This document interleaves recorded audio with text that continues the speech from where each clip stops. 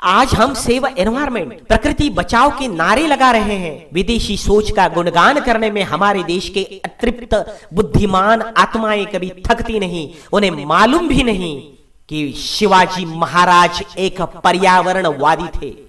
शिवाजी महाराज की नौसेना बड़ी थी, अनेकों जहाज उनके पास थे। जहाज निर्माण हेतु लकड़ियों की सख्त जरूरत होती थी, फिर भी उन्होंने पर्यावरणवादी मौलिक विचारों का कभी साथ नहीं छोड़ा। अपने सचिव रामचंद्र अमात्य के लिखे आज्ञा पत्र में शिवाजी महाराज के विचारों के साक्षात दर्शन होते हैं। वह कहते हैं, अपने राज्य में आम कटहल के पेड़ आरमार के प्रयोजन के हैं, परंतु उन्हें हाथ मत लगाएगा। यह पेड़ 1-2 वर्षों में नहीं बनते। मेरी जनता इन पेड़ों को लगाती है, अपने बच्चों की तरह जतन करती है। उन्हें हमने काट दिया तो मेरी जनता दुखी होगी।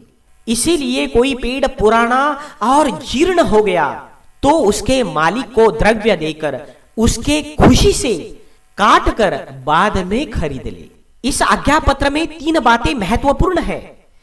एक कि पुराना जो गिरने वाला है वह पेड़ काटो, अर्थात हरे भरे पेड़ों को मत काटो।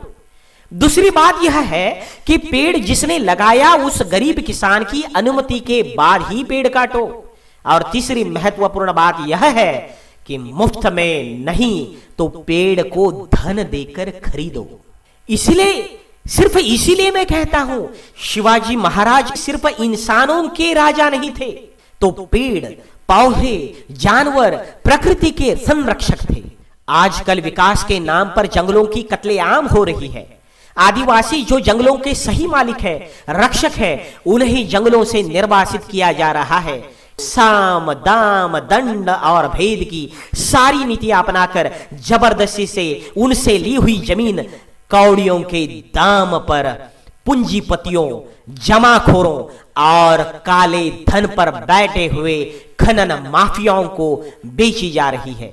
रिश्वतखोर अफसर, नेता और पूंजीपतियों की यह अभद्र युति बन गई है और वह हाथों में हाथ मिलाकर धरती माता पर, प्रकृति माता पर बार बार अत्याचार कर रही है। क्या यही है राजधर्म? लेखक राजवाड़े जी की इतिहास की किताब खंड 8 में शिवाजी के उद्गार लिखे गए हैं। कोंकण में चिपलून प्रांत के सैन्य तल पर अधिकारियों एवं सैनिकों को वह कहते हैं, चिलिम बीड़ी या सेकने के लिए आग जलाओगे तो संभाल कर। वर्षा ऋतु के लिए मेरे गरीब किसान ने सूखी घास रचकर रखी हुई है, आपके कारण उसे हानि ना पहुंचे। जनता के घास के एक तिनके को भी सैनिकों की गैर जिम्मेदारी से आग ना लगे, ऐसी सोच रखने वाले प्रजाहित दक्ष राजा शिवाजी थे। तब सब उन्हें ईश्वर के समान पूजना क्यों नहीं चाहेंगे? विकास के नाम पर आज के दुनिया के किसी भी देश के सत्ताधारी मदांध सत्ताधीश शहरों के नजदीक, हमारी प्यास बुझाने वाली नदियों के नजदीक, जंगलों में जहरीली प्रदूषण करने वाले कारखानों को मान्यता देती आई है।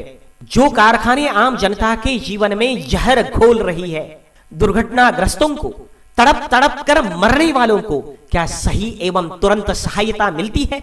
हमारी अवस्था ऐसी हो गई है कि हम पहले समस्याओं को बनाते हैं, बाद में सुलझाने में उलझ जाते हैं।